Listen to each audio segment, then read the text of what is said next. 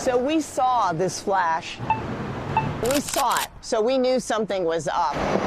That flash was a red light camera that recorded Chris' cars as she drove through this intersection last April. As I was approaching this light, which was starting to turn yellow, there was no chance to stop at that point. The citation came in the mail soon after. This bail amount that you have to pay is $486. But here's the catch. Her citation was just $100. So why'd she have to pay more than 4 times that?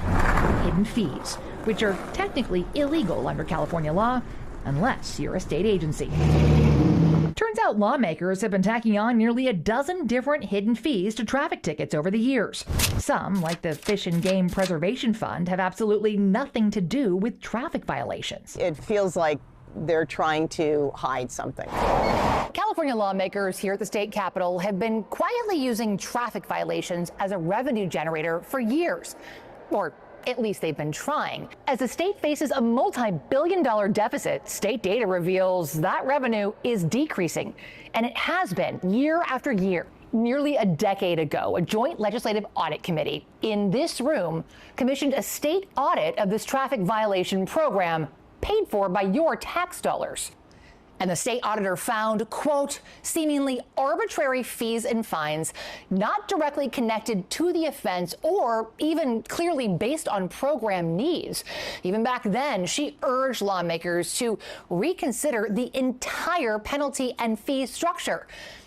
8 years later, the auditor's office tells us they're still waiting for lawmakers to take action. It's not very effective because it's inefficient. People can't pay what they don't have. Brandon Green with the Western Center on Law and Poverty points to the auditor's findings.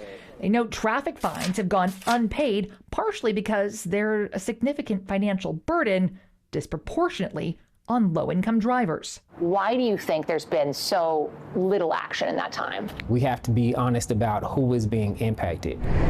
He believes lawmakers would rather continue struggling to collect than risk upsetting powerful interest groups or vocal voters by imposing new taxes. The people that we're talking about are not the people who can send an email or call a legislative office and it's going to sort of spark some fear about their longevity in office.